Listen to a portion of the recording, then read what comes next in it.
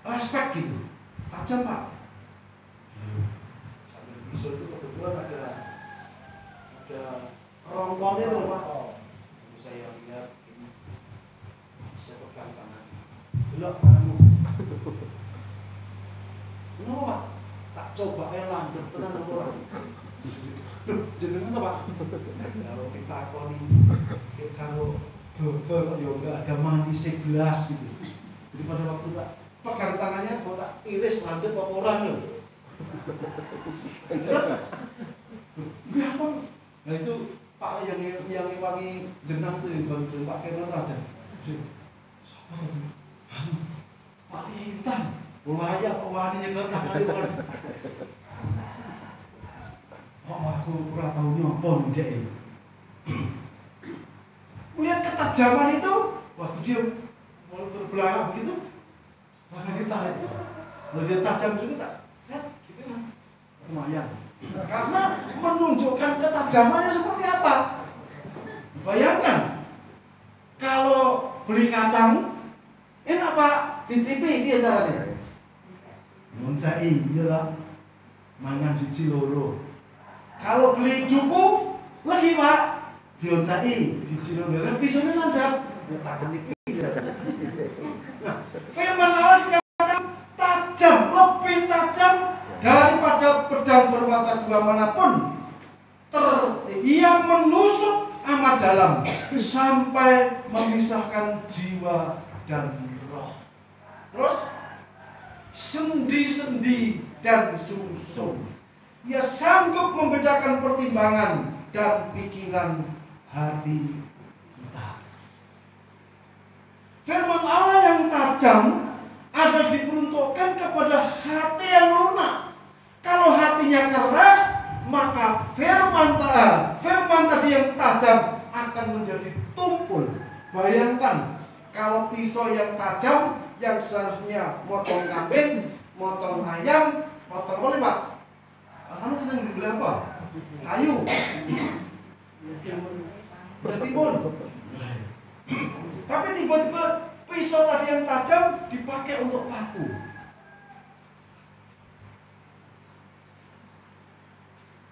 Akan seperti apa? Ditumpul. Pada waktu Pak Nanang nebas pemotongan kayu, Pak Nanang juga nanangin dengan sikil. Lalu bawa pulang, lalu sampai menggergaji, dia lupa. Karena setiap pohon itu dikasih plat nomor 1 sampai 280 dipaku di situ. Itu pada waktu jati masih lebih kecil dari ini. Dihitung jatinya 200 sekian. Dia nebang, seharusnya dia titeni. Oh, di sini ada setiap pas segitu ada paku. Masih ada sekian ratus yang ada, yang lainnya juga ada susu. Dia lupa tebang saja saking asiknya untuk orang muka. Pasti nanti beruntung gitu. Lalu belum selesai dia sudah mulai utangan sepeda motor. Ya, senang ya. Begitu yang berhaji. Nggak ingat yang gonggolan mana, yang atasan mana, yang itu pokoknya siap. Yang cacah ini untuk apa hanya dipilah. Yang untuk balungan, yang untuk papan, yang untuk kasur, yang untuk apa sudah dipisah-pisahkan. Akhirnya tibalah yang belakang. Cang, mandek lagi. Kenapa Pak? Wah aku Pak. Oh, kenapa? Pisau kok gerajimu kok dulu paku. Motor niki. Wah, niki bahaya.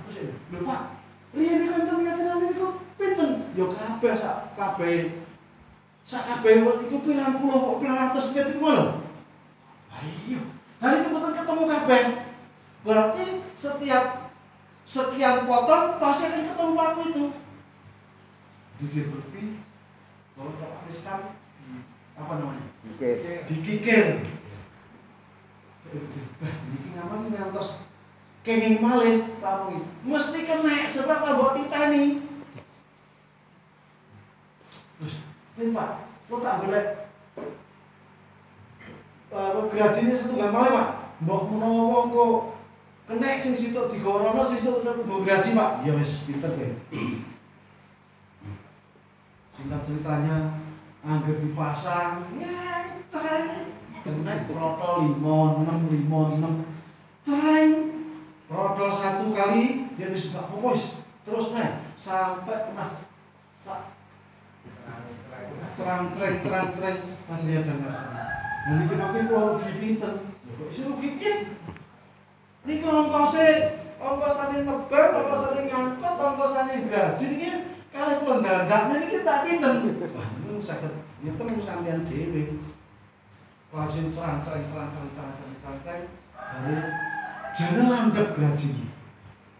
Tapi mbok musuhne paku hebat tidak jadi aja. Hanya bisa memisahkan antara belahan satu dengan belahan yang lain. Rubare senang ojo kuwatir dengar-dengar. Engko sebetane sak meneh kae PN digawe ganti gaji-gaji. Kikir. PN. Padahal Pak, gelem apa ora? Nah, memisahkan susahmu dengan dirimu. Enggak dikasih bonus apa namanya? Sebetan berapa puluh truk juga. Masuk. Karena panenannya 11 truk. Nah, kembali kepada firman Tuhan mengatakan, firman Tuhan lebih tajam daripada pedang bermata dua manapun. Ia menusuk amat dalam sampai memisahkan jiwa roh, sendi-sendi dan sumsum. Ia sanggup membedakan pertimbangan dan pikiran hati kita. Firman Allah itu tajam, dan untuk menjadi tajam perlu diasah dan dimusuhkan kepada yang semestinya. Waktu Pak Slamet kerja di rumah, ditunggu kapan Pak kerja lagi. Terus Pak Slamet ada suara yang di minta dia apa namanya ngasah. Lalu mau ini bincang kita pun sembung nih Pak, bener Pak. Pas saya pun kedun. Dan dia, waduh, ada gergaji dan seterusnya. Dan perlu dipersiapkan. Tadi pemimpin pujian mengatakan, kita persiapkan hati kita. Dipersiapkan hati yang seperti apa? Hati yang siap untuk mendengar kebenaran firman Tuhan. Firman Allah tetap, tetapi hati setiap kita harus dipersiapkan lewat puji-pujian yang dibawa sukacita. Wah, haleluya. Saudara-saudara, waktu hati kita terbuka dalam Allah, demikian juga siap untuk ditaburi firman Tuhan. Manakala hati kita persiapkan dengan sungguh menghadap kepada Tuhan, dan waktu Roh Allah bekerja, waktu firman Tuhan kita terima, akan menembus, memisahkan jiwa dan roh kita. Kebutuhan jiwa itu apa? Kebutuhan roh itu apa? Kita akan tahu. Lalu memisahkan juga sendi-sendi dan sumsum. Wah, sendi mana yang ada? Yang ada sumsum. Sendi itu bisa di sini, bisa di sini, bisa di mana? Bisa di sini. Nah, sumsumnya dipisahkannya. Artinya begitu luar biasanya firman Tuhan yang kita terima dengan hati yang siap. Dia tahu segala sesuatu, mengerjakan segala sesuatu di dalam kehidupan kita, hingga kita semua dan firman Allah bisa membedakan pertimbangan dan pikiran kita. Pertimbangan, angan-angan seperti apa, lalu kebutuhan yang ada, pikiran hati kita, Tuhan tahu. Dan tidak ada suatu makhluk pun yang tersembunyi di hadapannya. Manakala setiap hati orang datang kepada Tuhan menyembah dengan sungguh, terbuka hatinya untuk firman Allah, maka waktu itu Allah akan bekerja, dan Dia tahu segala sesuatu hidup kita. Yang susah, yang gelisah, yang membutuhkan sesuatu, yang tidak membutuhkan sesuatu. Sebab ada orang datang kepada Tuhan itu hanya memenuhi target. Dino Minggu wajib ibadah. Kalau tidak ibadah, mau dino Minggu Kristen apa? Ya, hanya seperti itu. Tetapi mempersiapkan hati, pikiran hidupnya ada dipersiapkan sebegitu rupa sehingga Allah yang sanggup membedakan atau melihat setiap kehidupan kita. Firman Allah sendiri akan beroperasi atas kita, akan bergerak atas kita, akan mengoperasi hidup kita, sehingga dikatakan sebab segala sesuatu telanjang, terbuka dan di depan mata Dia, dan kepadanya kita harus memberikan pertanggungjawaban. Sebagai orang percaya, firman Tuhan adalah timbangan bagi kita semuanya. Pada waktu kita mendengar, kita menjadi anak Tuhan dengan sungguh-sungguh, maka kita yang menjadi garis dari hidup kita itu adalah kebenaran firman Tuhan itu. Ada firman Tuhan yang tiba-tiba akan menempelak seseorang. Ada firman Tuhan yang kebagian firman yang kita dengar waktu itu meminta kita pertanggungjawaban hidup. Bagaimana kita hidup bagi Tuhan, bagaimana kita hidup untuk kita sendiri, bagaimana kita hidup dalam takut akan Tuhan, dan tidak suatu pun yang tidak kelihatan di hadapan Tuhan. Setiap kita semua kelihatan di mata Tuhan. Apakah kita ini hidup benar di hadapan Tuhan, hidup dalam takut akan Tuhan, hidup dalam pengiringan kita yang Tuhan, yang benar kepada Tuhan, kita menempatkan firman Allah nomor 1 atau tidak, Tuhan tahu. Amin. Haleluya. Dan kepada Tuhan kita akan memberikan pertanggungjawaban kehidupan di satu saat. Bahkan hari demi hari pertanggungjawaban itu pun diberikan. Kita terkadang kita tuh disinari oleh firman Allah, oleh kebenaran firman Tuhan. Kita waktu merenungkan tiba-tiba kita tahu, oh iya, ini salah ternyata. Oh iya, ini gak cocok. Waktu kita renungkan firman Allah di rumah, kita pikirkan lagi. Saya senang, Pak Misri biasanya membuat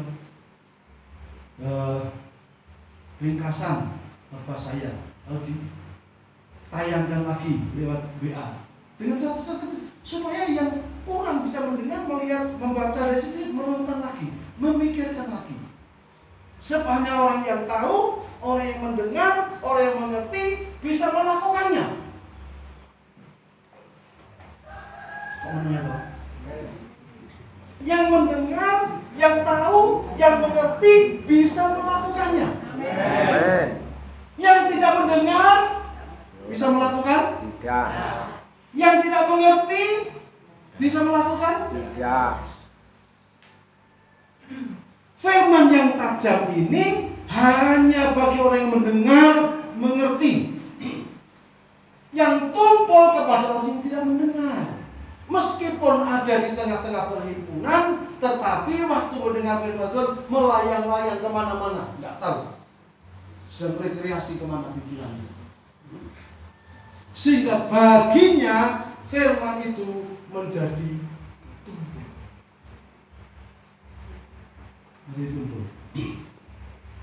Ayat yang berikutnya, karena kita sekarang mempunyai imam besar agung yang telah melintasi semua langit, yaitu Yesus anak Allah, baiklah kita teguh berpegang pada pengakuan iman kita. Sebab imam besar yang kita punya bukanlah imam besar yang tidak dapat turut merasakan kelemahan-kelemahan kita. Sebaliknya, sama dengan kita, ia telah dicobai, hanya tidak berbuat dosa. Ini kasih karunia-Nya. Kita memiliki imam agung yang mengerti keadaan kita, kondisi kita semuanya.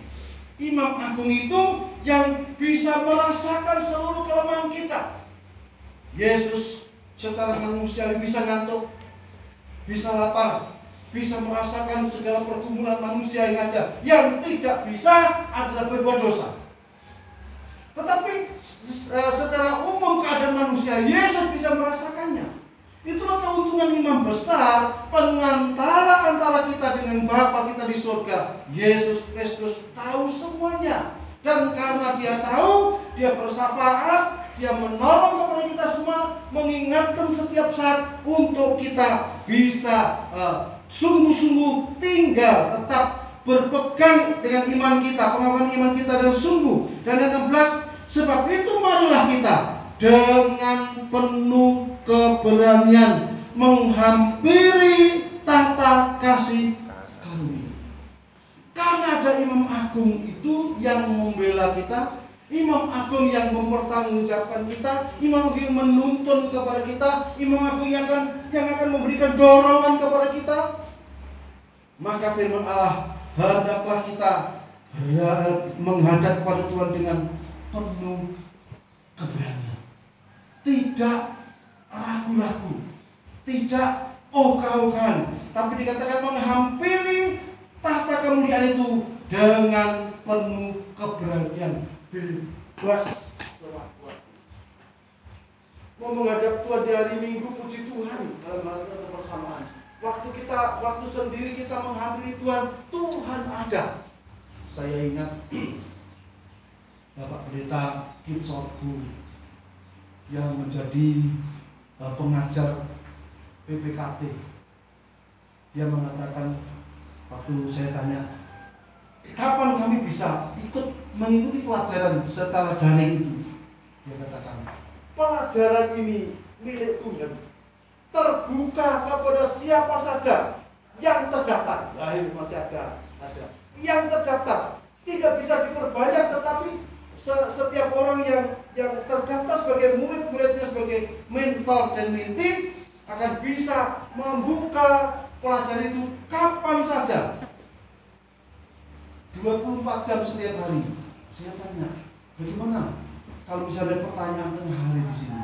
Karena dia di Amerika, tengah hari di sini, nanti yang jawab Pak Gatot dengan Pak Agus dari Jakarta. Kalau tengah hari di sini, berarti aku tengah malam di sana, aku tidur. Waktu di sini tengah malam, saya melek di situ. Wah, luar biasa ini mentor kita itu. Jadi terbuka. Kamu mau bertanya di sini, masalah di sini dibuka setiap saat, terbuka. Mau ngebel atau ngebel jangan, karena di Amerika nanti mahal. Kalau BS sewaktu-waktu. Sehingga pada waktu Mas Andreas, Pak, terkunci. Saya, Pak, berarti ada masalah milik Mas Andreas. Nanti kita lihat, kita cek dulu. Saya katakan, baik, untuk pelajaran Mas Andreas kita kopikan dulu. Untuk lain kali nggak usah difoto, di copy. Buka. Nanti kita bukakan server dari sana. Dan itu buka. Ini Mas Andreas. Pun Pak, pun baca, pun nonton video. Terus diklik hijau. Karena nilainya itu diberikan kepada saya, persentasinya diberikan kepada saya, si A, si B 100%, yang ini 0. Ini sudah mengerjakan. Tetapi karena namanya belum dicelek yang hijau, masih 0%. Masih saya lihat menjadi 100%. Bukan nilai, tetapi tugas tanggung jawab sudah dikerjakan, sudah diikuti, sudah dijalani, dan kapan pertemuan diadakan kelompok ini. Kita sedang mengikuti kelompok pembentukan seorang pemimpin di sini. Dan sementara yang 3 orang yang bisa mengikuti, ya tidak apa-apa. Tapi yang lain kita bina untuk kita bersama-sama bergerak untuk menjadi pemimpin-pemimpin. Ya, kemarin ada kesepakatan dalam hidup kita semuanya, para wanita luar biasa. Tadi malam 16 ya depan ya. Sore. Waduh, luar biasa. Biasanya saya itu jam 6:30 baru berjalan di sini. Tadi malam 6:30 itu makan mie. Ya. Ada sponsor. Makan mie lo minta di sponsor. Dan itu aku saya sudah bebas. Sekarang saya sudah bebas makan mie jam 6:30 biasanya. Puji Tuhan kaum wanita sepakat mulai minggu yang akan datang Sabtu ibadahnya jam 3 sore, 4:30 sudah pulang. Nah, ya kan? Kaum muda juga jam yang sama. Nah, merdeka. Sudah tidak kecacat malam minggu harus bagaimana? Dalam minggu yang luar biasa. Iki saya rasa piro. Aku sampai di Kalimantan jam 7:30 melu. Kayak Fali melu. Doa melu sampai Pak Nanang. Guyon. Ini timbali Gusti dadi hamba Tuhan kesaksian luar biasa. Sejak kecil pelayanan, kaum wanita, kaum pria doa. Ya semuanya ikut. Lah melok piye Pak? Cacing anak bola tak bawa. Tapi sekarang bebas. Ini tiba malam sudah jam sekian tidur dok. Kita semua masuk tidur. Kok TV ini ternyata Fahani itu jam piro nyetel TV dhewe. Tapi cuma masalah. Dok, besok sekolah minggu ya Pak. Masuk lagi. Duduk lagi. Makanya tadi pagi telat. Ayo dok, jalan. Saudara, Tuhan tahu segala sesuatu. Sang imam besar itu bisa turut merasakan, bisa menyatakan simpati dan empatinya kepada kita. Dia bisa merasakan apa yang kita rasakan. Dan karena dia bisa merasakan apa yang kita rasakan, dia tahu mencari jalan keluar dan memberikan jalan keluar atas kita. Dan dikatakan firman Tuhan, jalan keluar yang luar biasa itu adalah bahwa dalam seluruh yang kita hadapi, yang kita alami, ada tahta kasih karunia. Apa itu tahta kasih karunia? Tahta kemurahan. Kasih karunia kemurahan. Kasih karunia ada anugerah Tuhan. Ada anugerah yang Tuhan siapkan untuk setiap kita dalam kehidupan kita setiap waktu. Dan itu merupakan hal yang luar biasa di dalam hidup kita. Sebab itu marilah kita dengan penuh keberanian, waktu kita membuka diri berani menghadap Tuhan, maka kasih karunia itu pasti dilimpahkan kepada kita. Artinya dengan berani kita menggambar tati kasih karunia itu, kita datang kepada Tuhan itu apa adanya. Bloko suta. Tidak ada yang kita tutup-tutupi, tidak ada yang kita sembunyikan. Semuanya terbuka bagi Tuhan. Dan Allah berkehendak kita mengalami seperti itu. Menjalani kehidupan kita apa adanya setiap hari di hadapan Tuhan, supaya kita menerima rahmat dan menemukan kasih karunia untuk mendapat pertolongan kita pada waktunya. Memahami tata kasih karunia anugerah Tuhan itu atas kita dengan segala keadaan kita. Jangan munafik, jangan tutup-tutupi, tetapi apa yang ada, yang terbuka. Kalau kita salah, katakan salah. Kalau kita malas, katakan kita malas. Waktu kita bersuka cita. Waktu kita menghadap kepada Allah, hati kita sepenuhnya menghadap kepada Tuhan, supaya firman Tuhan yang dikatakan tajam seperti pedang bermata dua boleh menembus setiap kita. Jangan keraskan hati kita semuanya, tapi buka diri kita supaya yang tajam tadi waktu kena hati pikiran kita bukan menghadap paku yang keras, bukan menghadap baja yang keras, tetapi hati yang lunak yang dibawa kepada Allah dengan terbuka seperti. Dengan demikian karya firman-Nya itu akan menembus kita, akan menyadarkan kita, akan menganugerahkan anugerah yang besar kepada kita yang membutuhkan pertolongan. Waktu itu bukan dengan Allah, kita akan mendapat pertolongan pada waktu yang Tuhan sudah tentukan atas kita.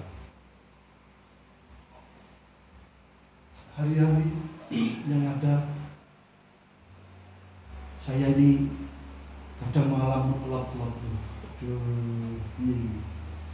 yang saya pikirkan ke depan ibadah kita dan seperti apa. Waktu ada berita-berita tahun 2023 itu akan ada kegelapan. Waduh, saya bilang ini ada banyak hal yang bisa terjadi. Yang saya pikir kebaktian GSCA tambah Raja Kipiye. Ya Pak, kita terus diizinkan seperti ini, atau mungkin ada sesuatu. Biasanya kalau ada gerakan kegelapan yang ada itu, sok kita dari tumbal. Jadi kalau ada kekerasan ekonomi, ada kemandakan ekonomi, itu biasanya gereja itu jadi tumbal. Orang Kristen jadi tumbal. Tumbal itu untuk demonya bukan untuk kita, tetapi arahnya, efeknya kepada orang Tionghoa dan Kristen.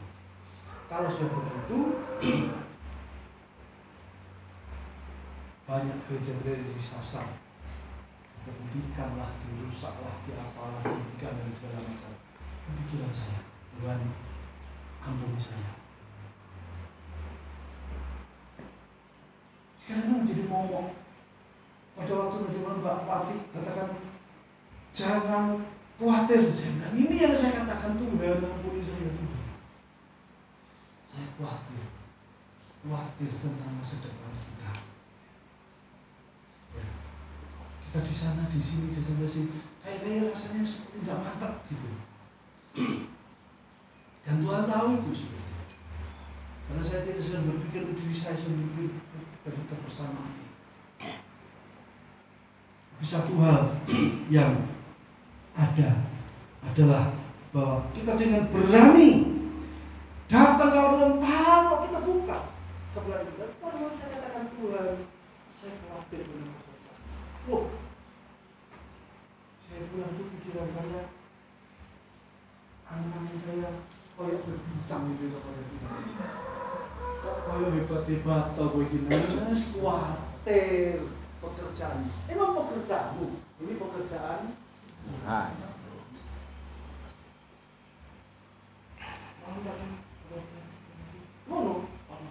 Memang itu pekerjaanmu. Itu milik pekerjaan kita kata Allah.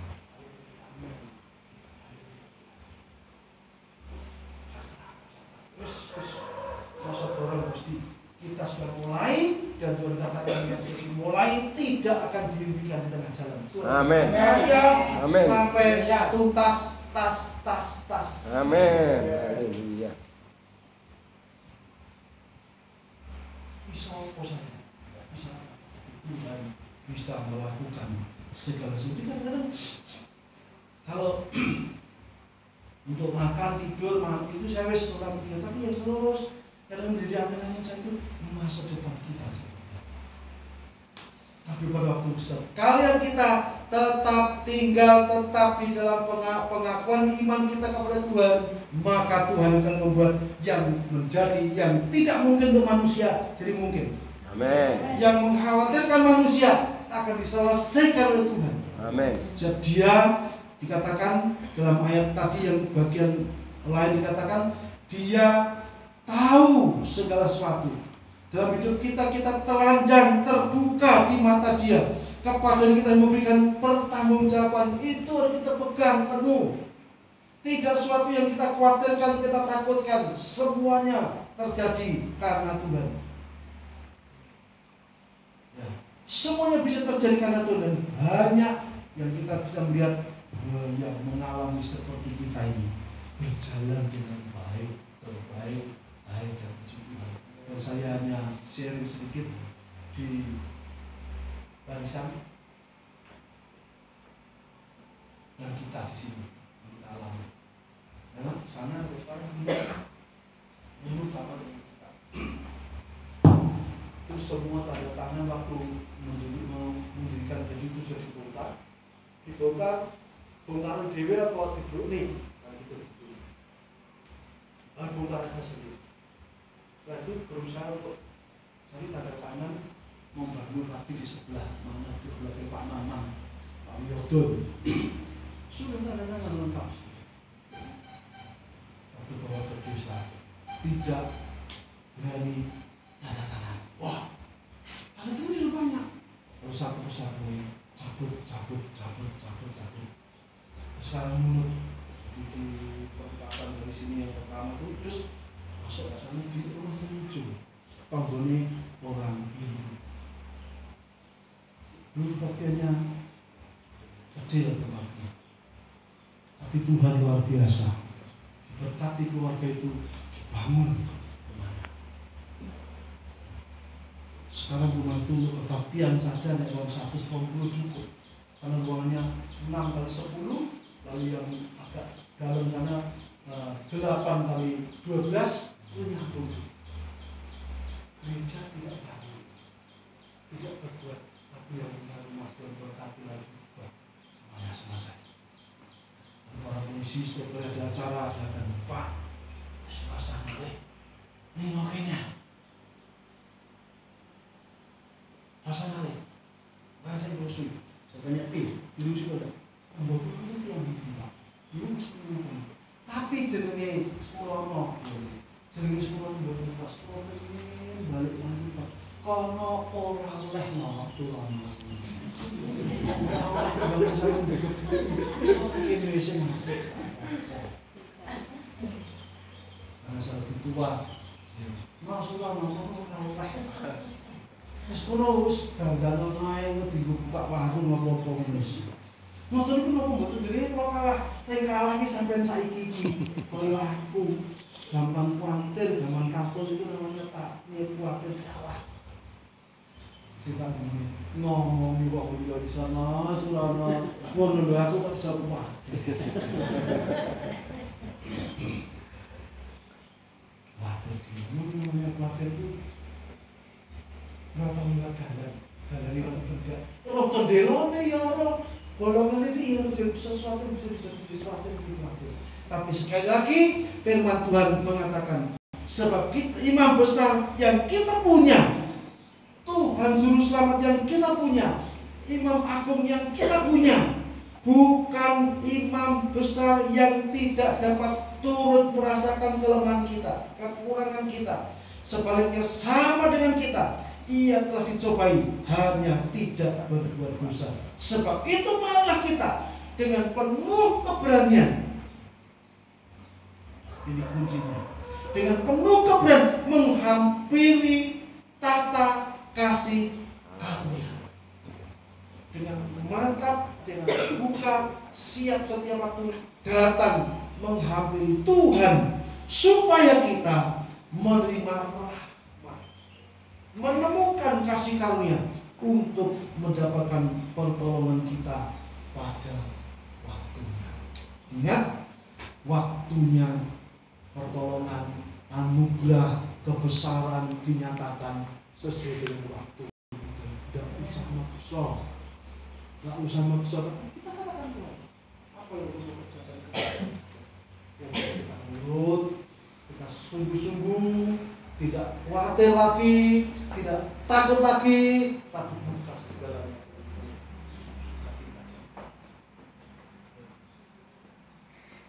Kalau cuma kata-kata khawatir, saudara-saudara, tidak usah khawatir. Ini pekerjaan milik Tuhan, ini pekerjaan milik Dia yang sudah mengerjakan segalanya, bertanggung jawab atas kita. Saya katakan Tuhan ampuni, karena saya ini sebagai ketua BPD yang lama beberapa kali sudah menjadi tidak kabar di sana, Pak sana jaga lagi. Tidak itu menghantui saya. Trauma. Ini perlu doakan, nanti selesai itu doakan apa itu patahkan traumatik yang ada. Perlu doakan itu sehingga tidak api dari sana, kabar di sana mengkhawatirkan saya. Patahkan dulu, makanya dalam waktu doa doakan kayak orang ben dicukupi, wis cukupi karena Tuhan bekerja luar biasa. Amin. Kami beri keberanian kepada Tuhan untuk melangkah dengan tetap. Saya putus saudara. Ya. Pada waktu kita berdoa kepada Tuhan, bawa supaya Allah menyingkapkan. Padahal jadi orang pikir apa enak ketoro gitu ya. Ternyata pun disingkapkan hal yang menutupi harapannya supaya maju bersama-sama kita dengan penuh keberanian melangkah bersama untuk Tuhan dan Tuhan sambut tangan. Apa yang persoalan di masalah setiap kita? Saya bisa khawatir, bisa takut. Saudara barangkali juga khawatir, takut dengan apa yang sudah hadapi saat ini. Saya takut kalau elekku terbongkar, kalau dosaku terbongkar, kalau masalahku terbongkar, itu bisa menjadi momok juga buat kita semua sebagai anak Tuhan. Aku tutupi hidup saya begini begitu lama, tapi kita bisa mengalami. Dan itu seringkali iblis mengatakan supaya hati kita keras itu tidak dibuka di hadapan Allah, tidak bertobat